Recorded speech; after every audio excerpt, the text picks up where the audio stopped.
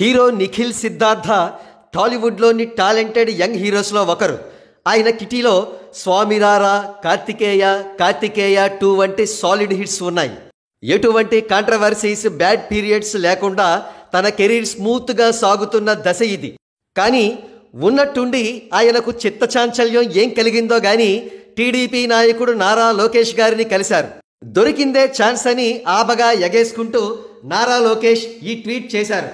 తెలుగుదేశం పార్టీలో చేరిన హీరో నిఖిల్ సిద్ధార్థ్ యాదవ్ పసుపు కండువా కప్పి పార్టీలోకి ఆహ్వానించిన టీడీపీ జాతీయ ప్రధాన కార్యదర్శి నారా లోకేష్.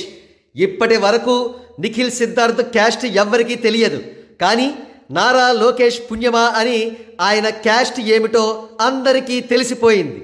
అది అవసరమా అని రాజకీయ విశ్లేషకులు నారా లోకేష్ను ప్రశ్నిస్తున్నారు. At the same time Nikhil అభిమానులు కూడా పాలిటిక్స్లోకి అనవసరంగా వేలు పెట్టి చేతులు కాల్చుకోవద్దు అని సలహా ఇస్తున్నారు. అయితే 2019లో కూడా నిఖిల్ టీడీపీ తరఫున ప్రచారం చేశారు. టీడీపీలో ఉంటూ మళ్ళీ టీడీపీలో జాయిన్ అవ్వడమేమిటి అని ఆయనపై ట్రోల్స్ పడుతున్నాయి. మరో ప్రక్క నిఖిల్ మామగారైన కొండయ్య యాదవ్ అనే ఆయన టీడీపీ తరఫున చీరాల ఎమ్మెల్యే కంటెస్టెంట్గా పోటీ చేస్తున్నారు.